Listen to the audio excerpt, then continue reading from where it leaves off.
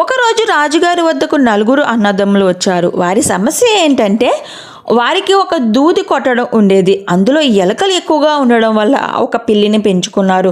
అయితే పిల్లికి 4 కాళ్ళు ఉండడం వల్ల నలుగురు అన్నదమ్ములు కూడా 4 కాళ్ళను పంచుకొని 4 కాళ్ళకు చాలా ప్రేమగా వారికి నచ్చిన ఆభరణాలు ఆ కాళ్ళకి తొడిగి ఆ పిల్లిని చాలా ప్రేమగా చూసుకునేవారు. అయితే ఇప్పుడు ఒక సమస్య వచ్చింది. ఆ 4 కాళ్ళని ఒక కాళ్ళకు దెబ్బ తగిలింది. ఆ కాలు చిన్నవాడి కాలు. అయితే ఆ చిన్నవాడు కాలుకి దెబ్బ త్వరగా తగ్గిపోవాలని నూనె గుడ్డ చుట్టాడు. అయితే పిల్లి కాలుతో నడుస్తూ పక్కనున్న దీపానికి ఆ కాలు అంటించుకుంది.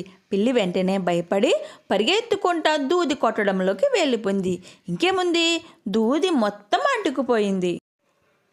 ఈ ముగ్గురు అన్నదమ్ములు కలిసి మా తమ్ముడు మాకు నష్టపరిహారం ఇవ్వాలి అనేసి రాజు వద్దకు వస్తారు.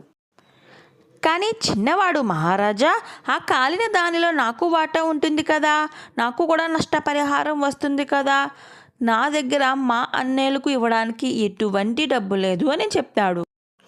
సభలో ఉన్న వారందరూ చిన్నవాడిదే తప్పు, పెద్దవాడికి న్యాయం చేయండి అని అరుస్తారు.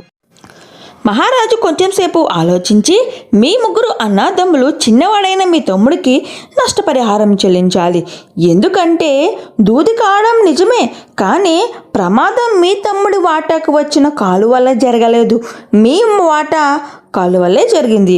ఎలా అంటే మీ తమ్ముడు వాటా కాలికి గాయపడడం వల్ల ఆ విటి కాలుతో పిల్లి ఎక్కడికి వెళ్ళలేదు, కానీ మిగతా 3 కాళ్ళు బాగానే ఉన్నాయి కదా, ఆ 3 కాళ్ళు వల్ల మాత్రమే అది చక్కగా నడుచుకుంటా కొట్టడంలోకి వెళ్ళిపోయింది. కనుక మీ కాళ్ళ వల్ల మాత్రమే దూది కొట్టడం అంటుకుపోయింది.